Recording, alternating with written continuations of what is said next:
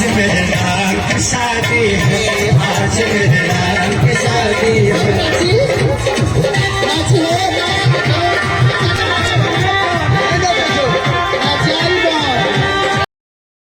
आज मेरे नाम की शादी है, आज रोशन सिंह रोही को और किरण सिंह को शादी हो चुका है। बहुत ये वकील साहब ने करवा दिए हैं, आप लोग देख सकते हैं।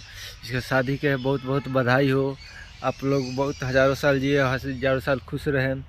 ये बहुत जल्द शादी हो गया है। बहुत विवाद चल गया था इसमें।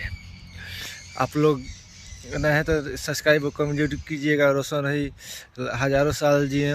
इसका शादी हो चुका है। बहुत भाई तेज़ी से वायरल हो रहा है वीडियो।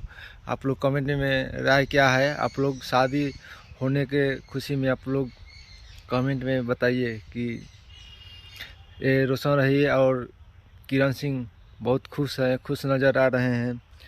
भाई आप लोग को प्यार दुलार से इसका शादी हो चुका है। जो वकील साहब के माध्यम से शादी हुआ है और अखिलेश कश्यप राइटर जी हैं, इसके कारण शादी हो चुका है। बहुत भाई इसमें बहुत लोग हैं जिसने शादी रोशन सिंह और रोही को, किरण सिंह को शादी करवाए हैं। बहुत अच्छा लगा भाई, हम लोग का शादी हो गए, बहुत खुश हैं हम लोग।